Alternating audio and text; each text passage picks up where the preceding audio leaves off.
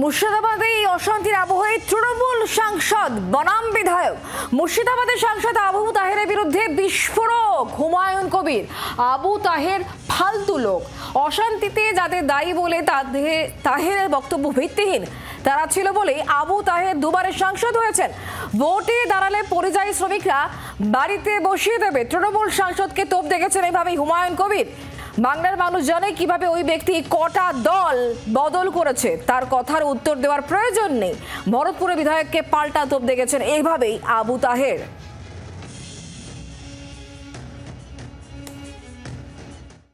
আবু তাহের খান একটা ফালতু লোক।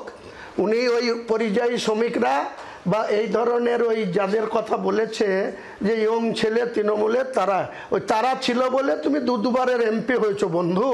তুমি তাদের প্রতি আঙুল তুলছো। তুমি কোথায় ছিলা?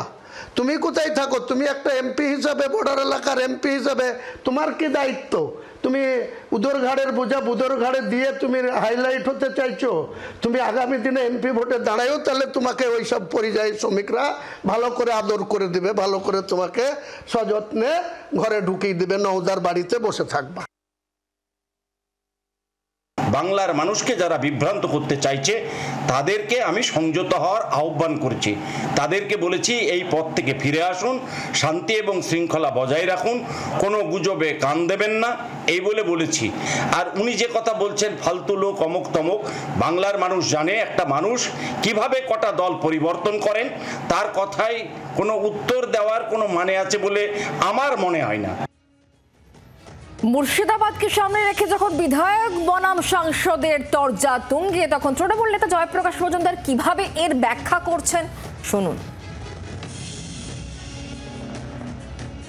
দুটো জিনিস, উনি ওনার ব্যক্তিগত মত রেখেছেন হুমায়ুন, আর দ্বিতীয় কথা, এই ঘটনায় কিছুটা আবেগও কাজ করেছে যে এইরকম ঘটনা, ওখানে ষড়যন্ত্র হচ্ছে, কিছু লোককে উস্কানো হচ্ছে, বিদেশ থেকে টাকা আসছে। আজকে তো জানা গেছে বিদেশ থেকে টাকা এসছে, একটা ক্যাম্পেনিং হয়েছে, ফেক নিউজের গুজব ছড়ানো হয়েছে।